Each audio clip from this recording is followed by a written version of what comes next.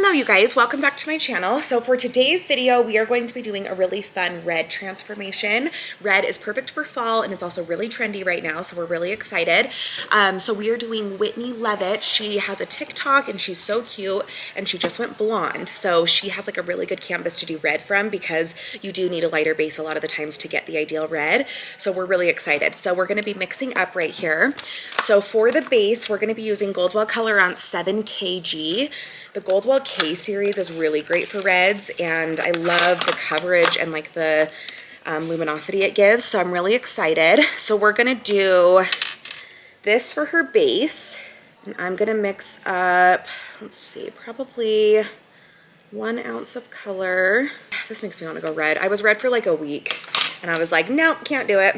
That would be so fun though. It would, I know. I'm like, after I have my baby and I get my body back, then we'll do it.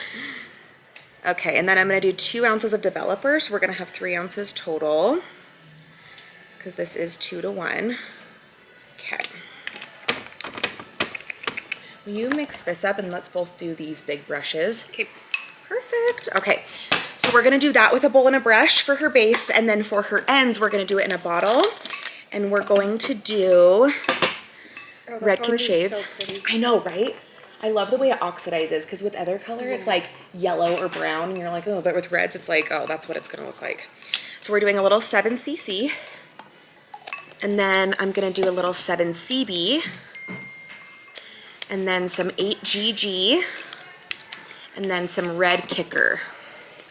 And I'm doing all of this with 10 volume just to give me like a little more stick in the hair. And then it's also going to be a better consistency, not so liquidy when we're applying it. All right, so I had the beautiful Whitney Levitt in, and she is obviously very blonde, as you can see, and she wanted to do a fun little transformation for fall, and that is what we did. So she wanted to go red. So we are doing 2 different formulas. I showed you guys what we mixed up, and it's really important when doing reds to formulate for the different zones of the hair. She did have regrowth coming in that we wanted to treat differently than her mids to ends that were blonde and more porous. So we're applying that mid to end after we do the base, and I prefer to do the base with a bowl and a brush, and then the mids to ends with a bottle, so I can really saturate everything through and work that base color in with the mids to ends. So you guys are going to see us doing that. And after I apply that base, I always like to take a comb through, make sure everything's really saturated and clean before we go through with that mids to ends formula. And then we're going to start with small sections at the base, and now you can see I'm just working that through together. Gloves are definitely a must for this service, or else you're gonna look like you took a blood bath. But this turned out so good, and I'm excited for you guys to see the final results. I did get a few questions on social media after I posted this about filling the hair. I had a few messages that were like, did you not need to fill her? So I wanted to touch on that. So filling the hair is for when you're going several shades darker and you need to deposit the missing pigments. So for example, she was about a level 9 and she had the yellow undertones that level 9s usually have, like a pale yellow. If we were going, let's say, to like a level 4 dark brown, if I were just to put a level 4N on her, it would definitely go muddy because we would be missing those red and yellow and gold coppery tones that levels 8, 7, 6, 5 have. So basically any levels that you're skipping, you need to add those pigments back in so that the hair doesn't look flat or muddy. So since we were just going a couple levels darker, my formula is really 7s and 8s, and she was about a 9. This doesn't necessarily need to happen as far as filling goes because the color she wants to be is probably what I would have filled with. So if she was going dark brown, I would have probably filled with similar tones and formulas to what we're actually applying here, and then I would have done the level 4. But you don't really need to fill if you're just doing a red, because that's what a filler is.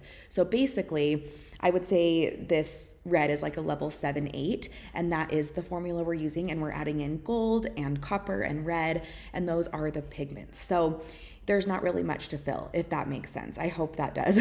But yeah, that's what we ended up doing. And when I do a color like this, I like to make sure that my base is a little bit darker. So the level on her base is a 7, and then the ends are the 7 and 8, just so that the base has a little more depth and it looks a little more natural.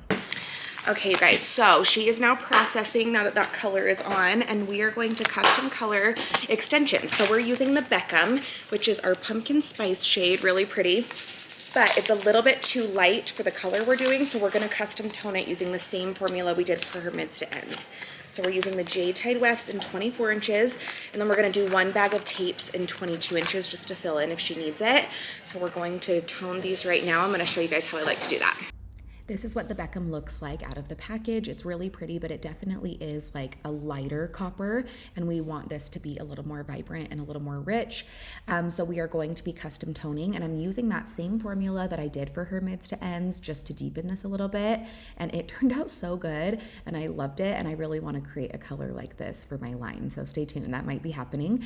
But what I'm doing is I'm just taking 1 bundle at a time. This is really important because you want to be able to saturate fully, and if I did like 3 bundles at a time or something, it would just be a lot harder to get consistent results. So I wet the hair first and I shampoo it actually first, just because our hair does have a gloss on it. A lot of extensions will come with a silicone coating on it, and then when that silicone comes off, the hair kind of gets a little rougher, and that's when you notice issues with the hair. That's not what our hair has, but it does have a gloss. I would relate it to like a Shades EQ gloss, just so that when it comes out of the package, it is nice and glossy. But when that gloss comes off, it's not going to compromise the quality of the hair. It will just expand the hair a little bit, so it'll actually appear thicker. So I usually shampoo once just to kind of get that clear gloss off and give me an accurate base for custom toning. And then we're doing the formula, and you can see I'm just working it through, and then I set it to the side, and I let these sit about 15 minutes before I rinsed them out. And when I rinse, I do cold water since we're working with red and we don't want that color to fade out. And I did not shampoo again. I just did conditioner afterwards because I don't want to shampoo directly after applying that color and have it strip a little bit.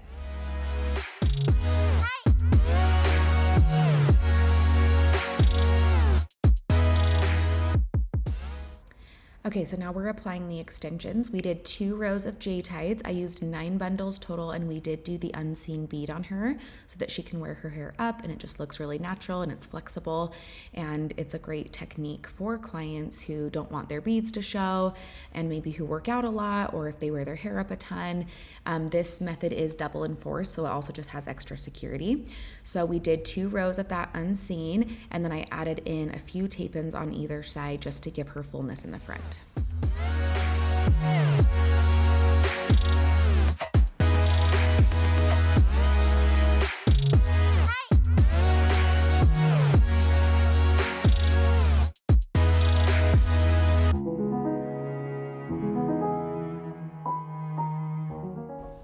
Okay, this is the final result. I think she looks amazing, and she actually has like the skin tone and coloring to look like a natural redhead. We all just kept saying like, people are just gonna think this is your normal hair. It's crazy, and it's so complimentary on her. So let me know what you think in the comments below. If you want more videos like this one with like fun reds or just fall colors, let me know, because they're so much fun to do. So thank you guys so much for watching this video. I hope you enjoyed it, and I'll catch you next time.